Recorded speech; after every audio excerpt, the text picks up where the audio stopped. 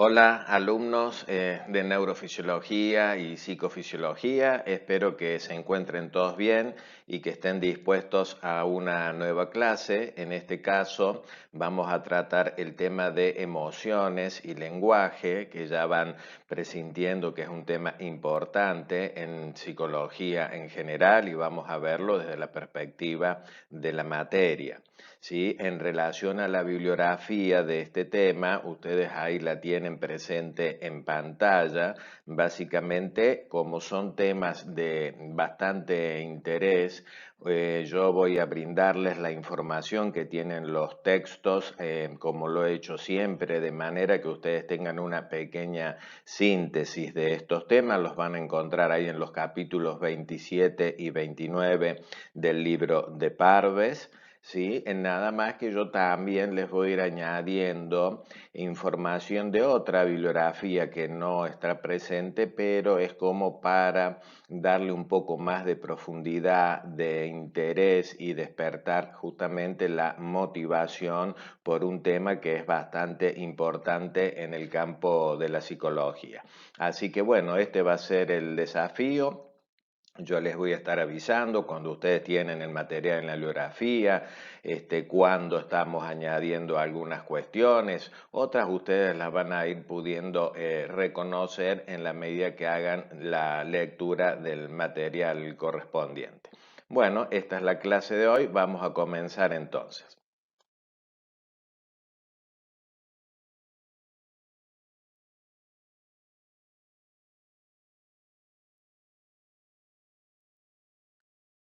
Comenzamos siempre contextualizando el tema dentro de la carrera, porque los psicólogos es importante que vayamos viendo determinados temas con un mayor profundidad. Vamos a comenzar diciendo, a ver, imaginemos como psicólogos nos encontramos frente a un problema. Una persona en determinada situación no controla su enojo, su emoción y mediante un impulso agrede a otra. Bueno, a ver, ¿qué podría estar pasando? Sin duda esto intervienen distintos factores y todo tiene una historia, ¿no es cierto? Todo tiene un contexto. Pero bueno, ensayemos a modo de ejercicio algunas respuestas rápidas, inmediatas. Por ejemplo, podríamos decir que los mecanismos de defensa de estas personas se encontraban debilitados, por lo tanto, esto posibilitó que se emerjan emociones primarias, inconscientes y reprimidas. ¿Sí? Es una explicación a modo de ejercicio. También podríamos decir que el procesamiento emocional de la amígdala no controlado con la suficiente aferencia frontal para evaluar e inhibir la acción. Es decir, son dos explicaciones, insisto, como un ejercicio bastante sencilla, pero a ver, estamos viendo una muy del orden psicológico, estamos viendo una explicación muy del orden neurobiológico. Así que bueno, a ver qué podemos hacer con esto. La respuesta de la psicología tradicional suele ser: ¿de qué sirve conocer que un determinado proceso mental se realiza en una estructura anatómica o sistema cerebral? Esto es lo que muchas veces se pregunta incluso el estudiante de psicología: ¿para qué me sirve conocer la neurobiología, los circuitos de procesamiento de la información en el sistema nervioso respecto de la actividad mental o de comportamientos que podemos llegar a observar, ¿sí? También se dice que el estudio de la arquitectura neural carece de valor informativo sobre los procesos psicológicos. ¿Por qué? Porque interesa más el cómo se dan las cosas, o las posibles causas, ¿sí? Y no tanto el dónde o los circuitos implicados, digamos, mediante los cuales circula la información. Bueno, este es un tipo de respuesta de la psicología tradicional.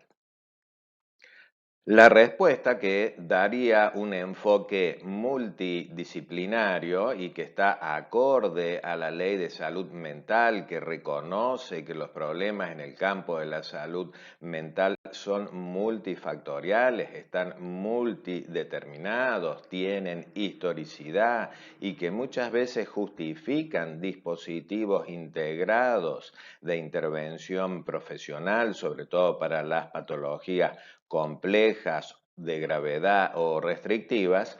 Bueno, desde esta perspectiva, sí, la respuesta sería que es importante una visión de teorías integradas que dé cuenta de explicaciones más integrativas, más finas y de replicación.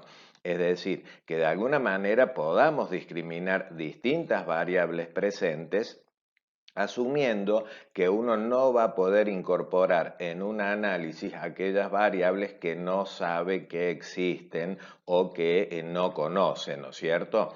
Pero bueno, en este caso vamos a tratar de implicar algunas variables de tipo neurobiológicas y neurofuncionales, ¿sí? Como todo psicólogo que hoy en día debe incluir acorde a la ley de salud mental, y también vamos a ver cuando dónde se procesa la información y cuál es el circuito que sigue.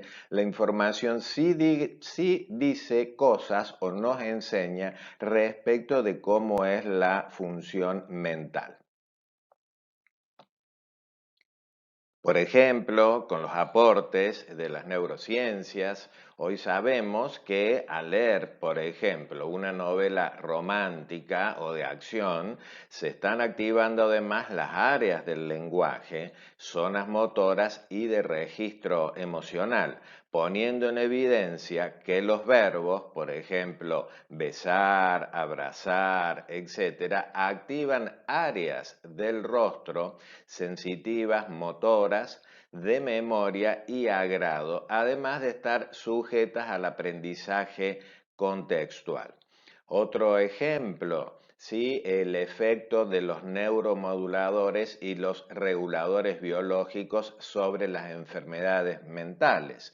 ¿Sí? De ahí que nos preguntamos, ¿qué nos dejó la clorpromacina? Ustedes recordarán que en el práctico que vimos de neuroquímica y psicofarmacología, vieron cómo la irrupción de este medicamento fue el que posibilitó que las instituciones psiquiátricas pudieran abrir sus puertas, pudieran admitir que los pacientes fueran tratados de manera ambulatoria, porque mejoró notablemente en el mundo entero toda una sintomatología altamente invalidante y restrictiva que justificaba que los pacientes estuvieran internados en instituciones psiquiátricas, muchas veces con tratamientos bastante cruentos. ¿Sí? Bueno, este es un ejemplo más.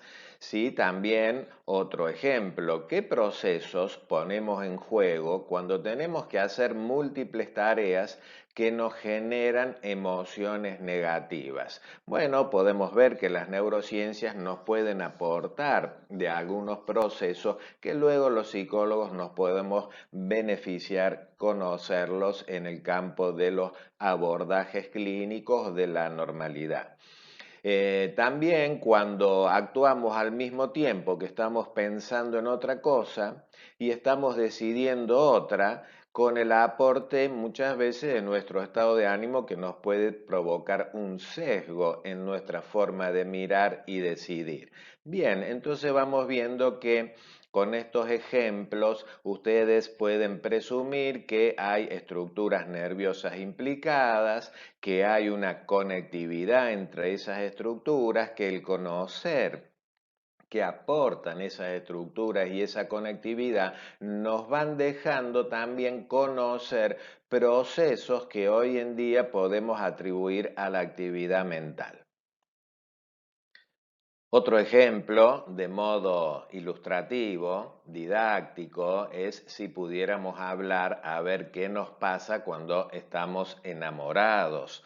¿no es cierto? La química del amor, como muchas veces la gente suele referirse. ¿Por qué? Porque evidentemente el hecho de que tenemos una emoción intensa que podríamos relacionar con un estado de amor, ¿no es cierto? Bueno, esto implica que yo no solamente pueda valorar una situación respecto de lo que me gusta, respecto de lo que agrado, respecto de lo que al otro le gusta, sino que estamos continuamente haciendo una lectura de información sensitiva, que además esa información nos va a movilizar internamente toda una química cerebral, también eso implica también las hormonas, implica la activación del sistema autónomo, como ustedes ya han visto, ¿no es cierto? Entonces, para poder llegar a tener un sentimiento de esta naturaleza, también son necesarias bases neurales satisfactorias, también tener receptores, ¿sí? O tener una química, tener hormonas, etcétera, entre otras cuestiones, ¿no es cierto? Entonces, a partir de esto, nos podemos imaginar que, bueno, hay personas que tienen dificultad para estas emociones y un poco más estables, ¿no es cierto? Porque, bueno, quizás las bases neurales no estén funcionando satisfactoriamente.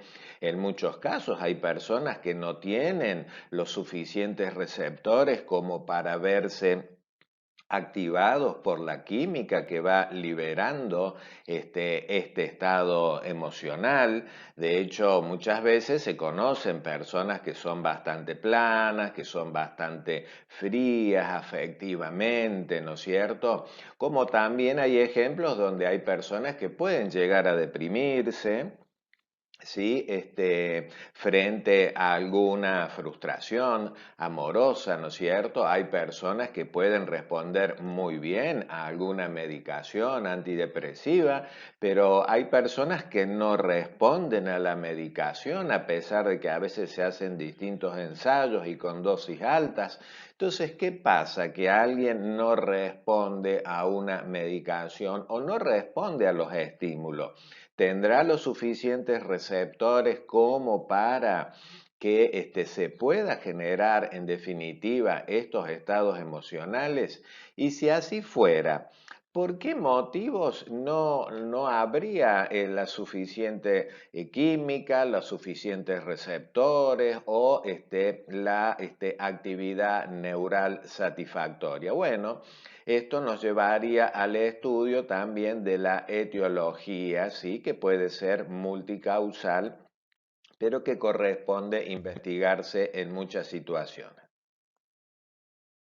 Por otra parte, sabemos que hay una amplia variedad de problemas psiquiátricos y psicológicos que tienen un denominador común, ya que implican problemas emocionales, problemas afectivos, que es lo que las personas no alcanzan a manejar y que muchas veces estos problemas que adquieren la dimensión de clínicamente significativos o la dimensión de trastorno, muchas veces son producto de ausencia o exageración o rigidez de emociones cotidianas que tienden a ser más estables, muchas veces a seguir un patrón de variabilidad y generalmente implican un proceso cerebral disfuncional que requiere consideración, en especial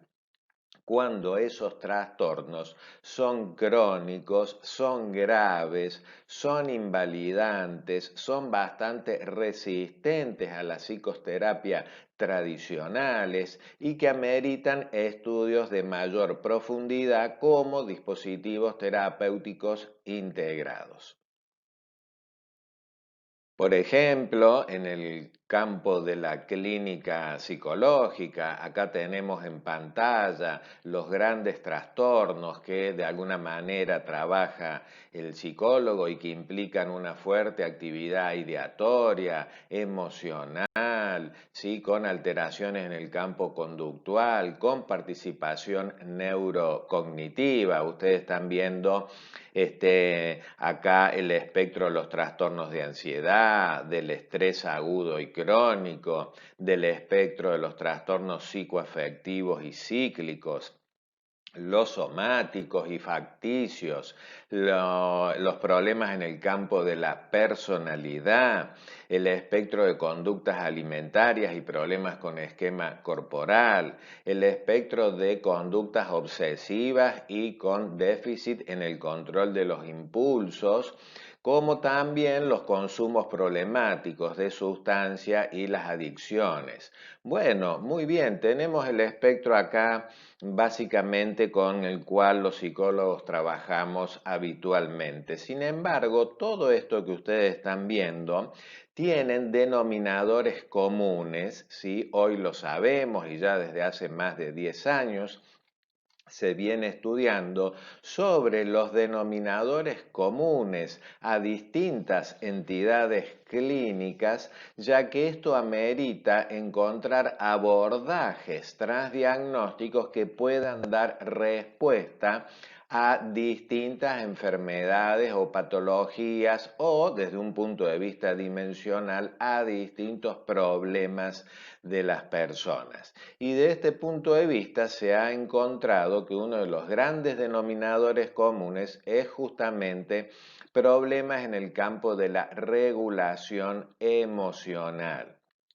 También se ha encontrado que la rumiación mental es otro problema que amerita un abordaje transdiagnóstico, las habilidades sociales, las distorsiones a nivel cognitivo y del pensamiento, las habilidades de afrontamiento y de resolución de problemas, donde las personas no nacemos con esas habilidades, sino que tienen que darse los aprendizajes necesarios y satisfactorios, y en muchos casos también forma parte de los abordajes transdiagnósticos la estimulación y la gestión de los procesos a nivel neurocognitivo.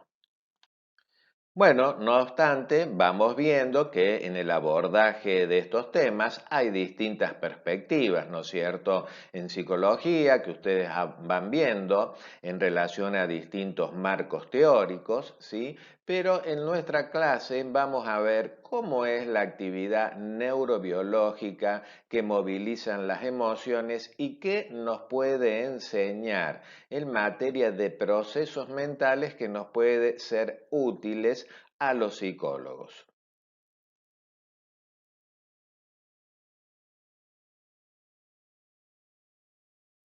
Para contextualizar ahora estos temas dentro de la materia, acá estamos viendo la evolución de distintas estructuras desde un punto de vista filogenético, ¿sí? Que luego se reproduce a nivel de la ontogenia. Ya hemos ido estudiando a lo largo de la materia comportamientos reflejos, comportamientos posturales, hemos ido estudiando comportamientos que hacen a la homeostasis del organismo, hemos ido estudiando también la química cerebral implicada.